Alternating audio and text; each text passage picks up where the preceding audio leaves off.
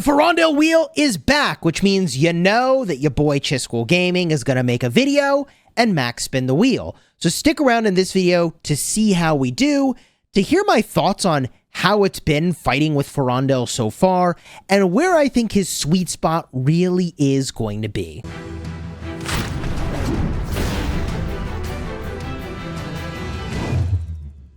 Hello my friends and welcome back. I'm Chisgule Gaming, and today's video is sponsored by the makers of Call of Dragons. And I'm showing you the Runic Ancestor statue in Season 2 to talk about the fact that I have been fighting with Forondil, and I've been kind of unimpressed with him in general in the open field, but that's not actually a representation of Forondil. It's just a problem with Cavalry in general. After Season 1, Cavalry really fall off unless they can fly.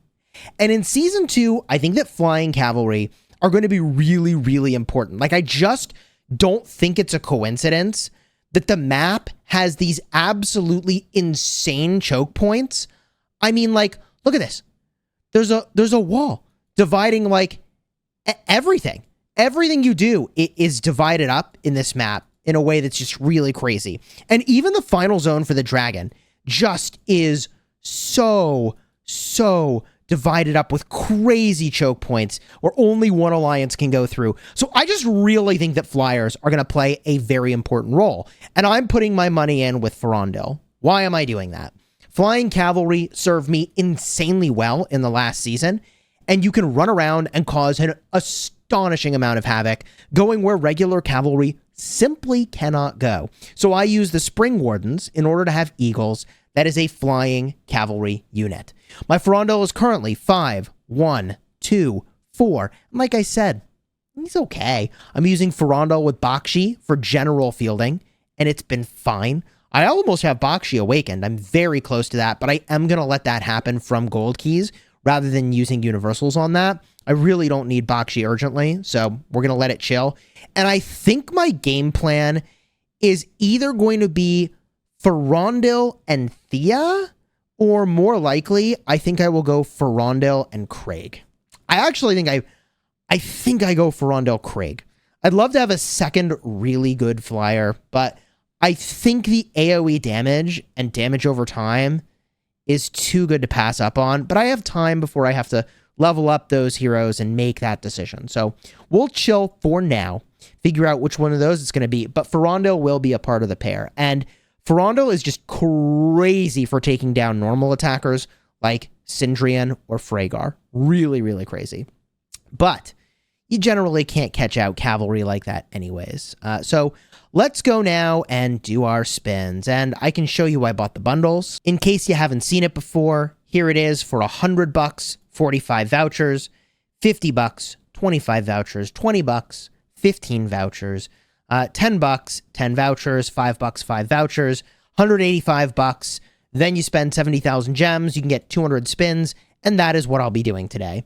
So let's freaking get it, baby. The Forondil wheel. Here we go. Ooh, 1 G2 token. One thing I just need to double check before I go completely ham here is how many sculptures do I have? 2. I somehow have acquired 2 Forondil tokens. Probably after I spun the wheel, I applied a skill, and then I got 2 from the free spins. That's probably what happened. All right, here we go. So we started with this with 2 Forondil tokens, and we get the spinning going. Now, wait a minute. Where is my pity notification? Where did the pity notification go? Hello? Is this just like a PC thing where my pity notification is missing? Now I can't see when I'm going to pity. Did they remove the ability to go to pity? Assuredly not, right? 2 more Forondil tokens and a G2 hero token. Love to see it. Let's just double check on the pity. Yeah, you guaranteed premium after 50 spins. We just don't know when we've gone to pity. That's kind of weird, but okay. If you are a very light spender or free to play, you might consider spending a small amount of gems if you are working on Forondil to get the 5 tokens at the 10 spins. So you do your I think it's isn't it 3 free spins, and then, yeah, then you just gotta, I keep thinking from Rise of Kingdoms, you do a 50% off spin. You don't get one of those here. But so you just spend your gemmies if you want to get the rest of the way. There's Forondil, full pull. Happy to see the full pull. I just would assume I went to pity. Kind of surprised I just don't know if I went to pity. But whatever, is what it is. So here's what I want to talk about while I do these pulls, and it's cavalry. Are y'all getting value from your cavalry? I know there's things you can do that seem pretty good, but unlike all my other units, cavalry seem to do like really well on the front end and really terrible on the back end. So once they get low, they start to just like really trade super poorly. So you kind of want to run it back, you know, to safety if you can, which, it's just not good for the style of fighting at the statue. And I definitely have seen people run around the back of the statue area with cavalry. But like it can work if your enemy's not paying attention. You could like get somebody, but then, you know, unless you're getting a T4 player and you're a T5 player, I don't know, man. I find cavalry to be, because they don't have a lot of counterattack, and then if you charge in, you get surrounded, really, really difficult to use well unless you can fly. Which is, again, why I'm all in on Forondil. There's 3 more tokens, speed ups, and I get these tiered rewards along the way. The universal tokens are a great pickup. I will definitely spend my universal tokens. I have a lot of them leading up to our next fight. Where they will go to be determined based on what we kind of need for that fight and what I'm thinking. Here we go, baby. Come on. Okay. 2 more Forondil, a universal, speeds, and medals. Love to see it. I also do need to decide which heroes I'm going to take to 6 stars. And I think that Kanara has risen up as one of those heroes where I'm like, yeah, you go to 6 stars for sure. For sure. And I think Velen as a mage is so meaningful to me. If I get to take 2 heroes to 6 stars, I think Velen and Kanara are what it's going to be for now. Forondil, woo! You got 12 tokens of Forondil and 1 universal token. Awesome. Awesome. The only other thing that, you know, I would think that would be worth doing with all these universal tokens is potentially saving up for like, I mean, once mages drop, aren't you going to want to drop a lot of tokens into mages? Like, I have to think you're going to want to max both mages as soon as they land in some future season, whenever they get here. I think you're going to want both. I'm just guessing. So unlike with the cavalry, where I'm like, yeah, I mean, I know the other cavalry commander is good, right? I got Forondil here. It was a Theodore is the other cavalry. Like, I know he's theoretically good, but like, I just don't think cavalry in general are good, so I'm not going to do Theodore. It's very weird. It's very weird. Forondil token, let's freaking go. So what am I going to do? I think if 2 mages show up and they're good, I'm going to go for them.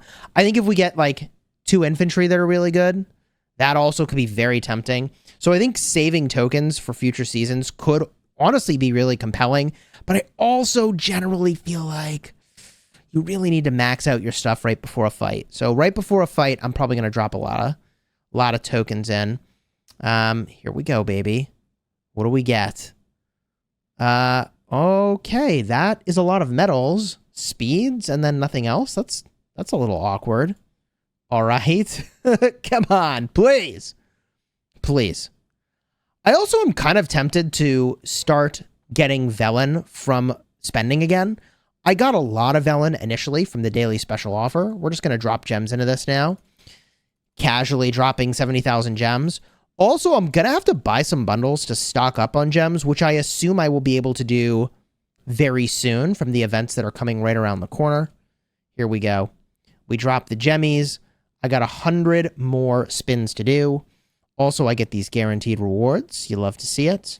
10 universal tokens, 15 Forondil tokens, and let's freaking go. I am very happy, like I was saying, with Nika in the Madeline-Nika combo, but I do think that I would prefer something more tanky and even more counterattacky if possible. I don't know. Nika's got the counterattack and the march speed, which I love, but none of the defensive capabilities. And I get that Madeline has a lot of that, but I don't know. And then Velen, there we go. Yeah, you get a 10 spot over here. I feel like I've gotten 3 10 spots so far, and like, I don't know, I've done 115 spins. I don't think I'm doing great.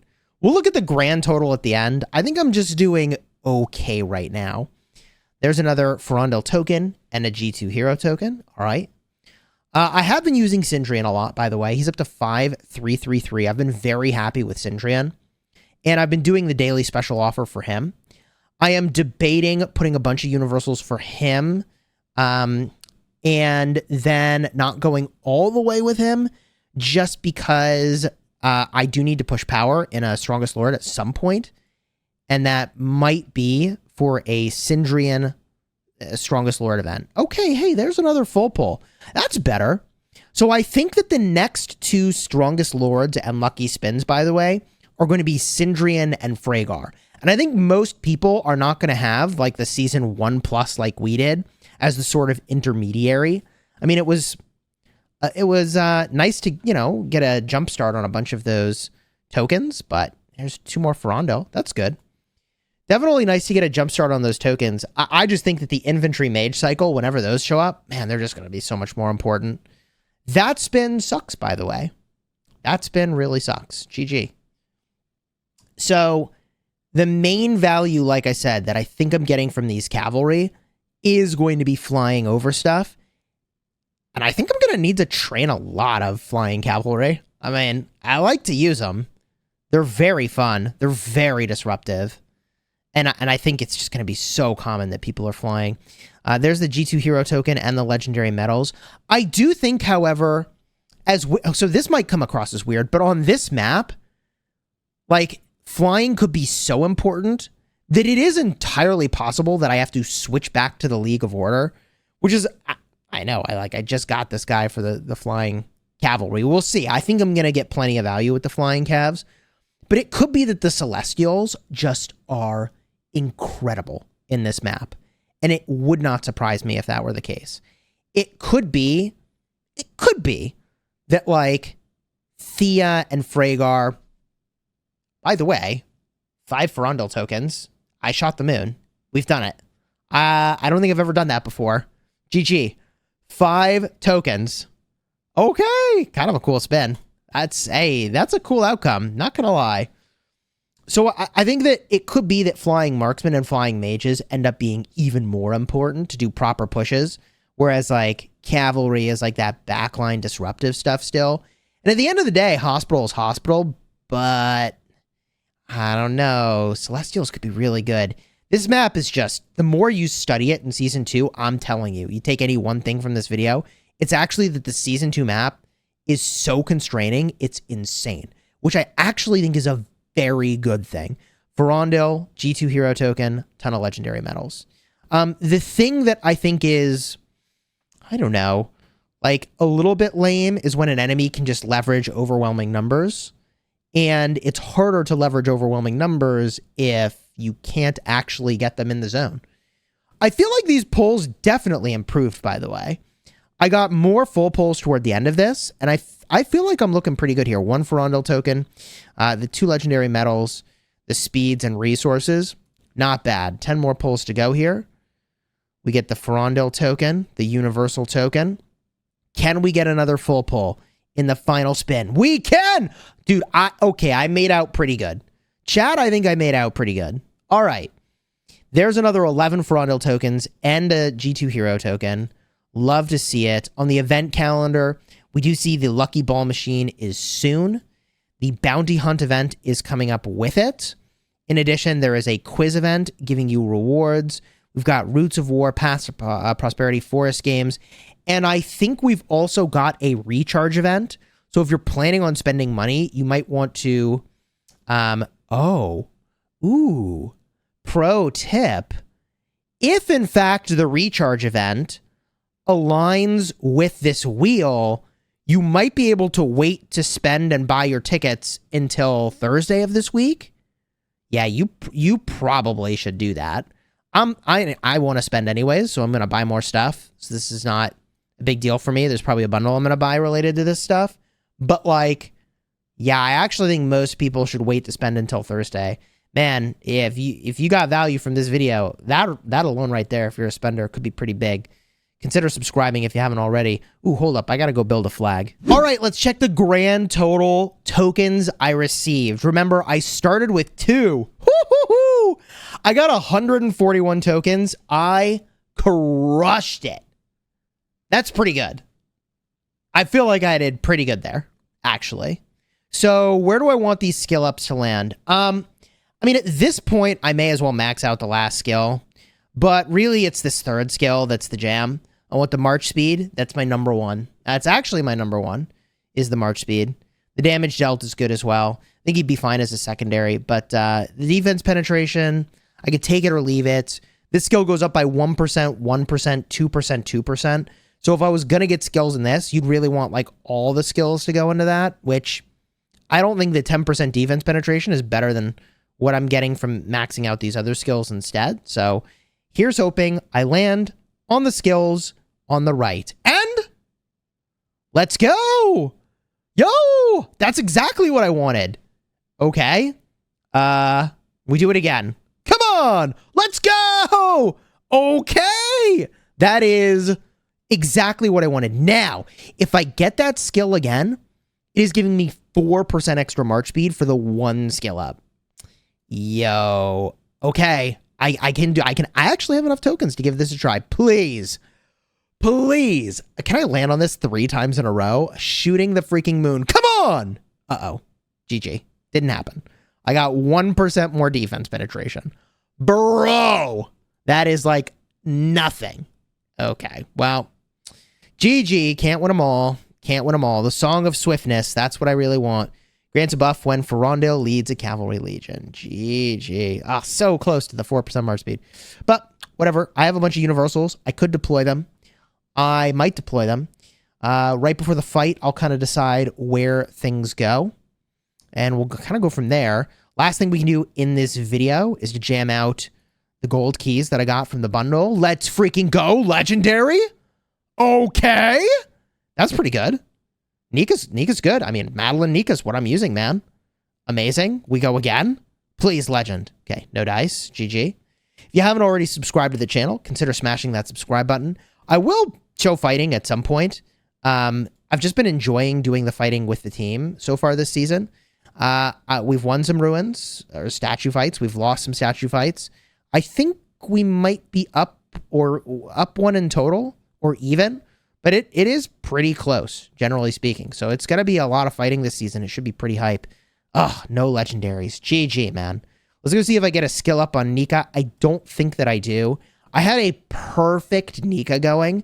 It was insane. She was 5-1-5-4. And then I got a skill up and it went over here. Peacekeeping damage. Bro, nobody wants that. Counterattack damage is literally the only thing that matters for me right now. 4% more counterattack damage will be nice. That'd be real nice. But whatever. We'll get there eventually with Nika. We're going to take our time. The gold key commanders, I don't think it's worth spending a bunch of... I mean, maybe I'll spend some gems, but certainly not universal tokens to get that done. I don't think so. And then I think the next wheels are going to be Freygar. All right. Next 2 strongest lord events are going to be Sindrian. So... Sindrian and Freygar, I think, is what we can expect. And then the final wheel of the season, I think, is going to be a choice wheel and a choice strongest lord event, I think. We'll see. Subscribe so you don't miss it. And if you're looking for a guide on the new Flying Cavalry, Forondil, card will be in the end screen in just a second. If you want to see why I'm tunnel visioning my Sindrian, and have just been really focusing him a lot, buying the daily special offer and deploying skills onto him up to that 5-3-3-3, check out the card in the end screen for that full guide. I think you're not going to want to miss it.